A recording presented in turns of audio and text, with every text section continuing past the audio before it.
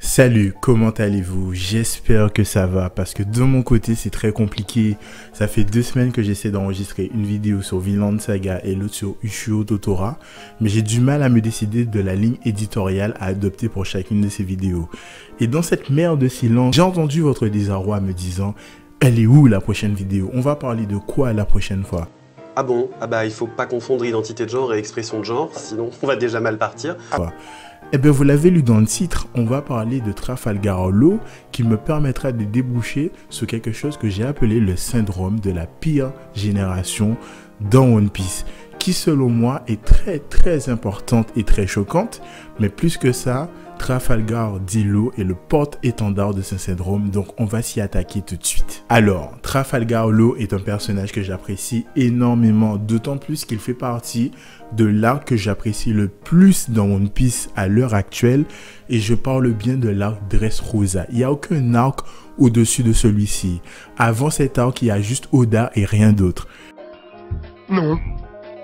Et Trafalgar Law, on le voit la toute première fois, sauf erreur de ma part, sur l'île Shabondi. C'est d'ailleurs cette île qui va nous servir d'introduction à ce qu'on va appeler dans One Piece la pire génération.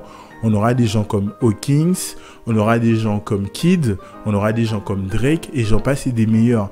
Et donc là, on nous présente un panel de jeunes pirates qui ont potentiellement démarré à la même période que Luffy, avec un niveau de badassitude très élevé.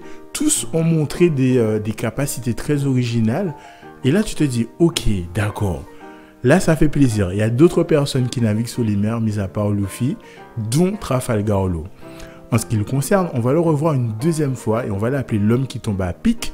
Parce que lorsque Akainu va frapper Luffy dans le thorax, le laisser pour mort, on sera triste parce que Ace est mort. On l'oublie aussi, mais le sacrifice de Oz Junior était très touchant lui aussi. Je veux qu'on fasse une petite seconde de silence pour Oz Junior que certains d'entre vous peut-être oublié. Et là, qui débarque pour sauver Luffy après cette seconde de silence? Trafalgar Law. Et on apprend que le mec c'est le chirurgien de la mort et que donc c'est un médecin très compétent. D'ailleurs, il sauve Luffy, ce qui nous permet de suivre l'aventure avec nos héros préférés. Et là encore, ça rajoute une certaine dimension épique au personnage qui nous fait plaisir. Et là encore, on avance dans le scénario.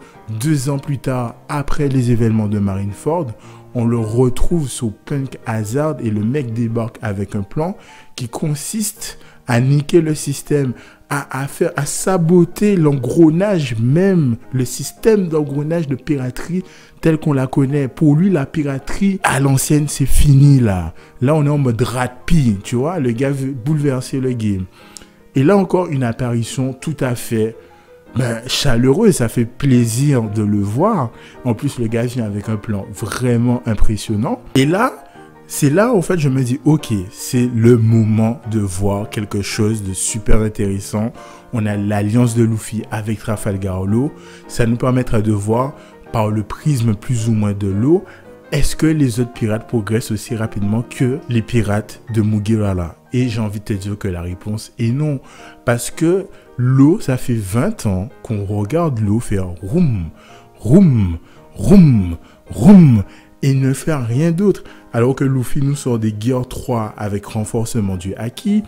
Il nous sort du Gear 2 avec renforcement du Haki et une variante d'une attaque inspirée du fruit du démon de Ace. Il nous sort des Gear 4.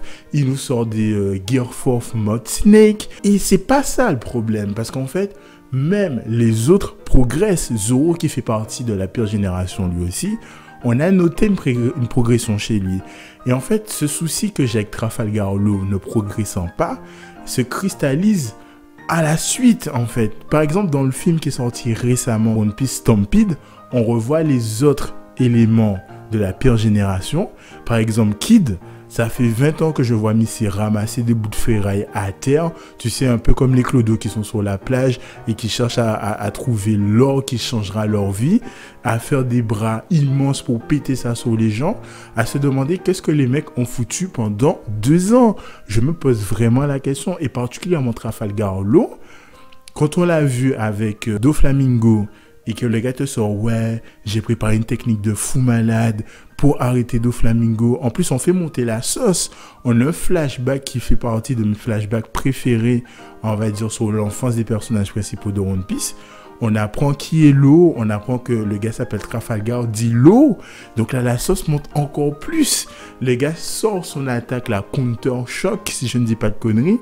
Et il se fait balayer. Le gars, tu as vu comment Caris a mangé une balayette à Orly? Ben ou le pote à Caris, ben c'est pareil. Le gars s'est fait rétamer d'une force incroyable.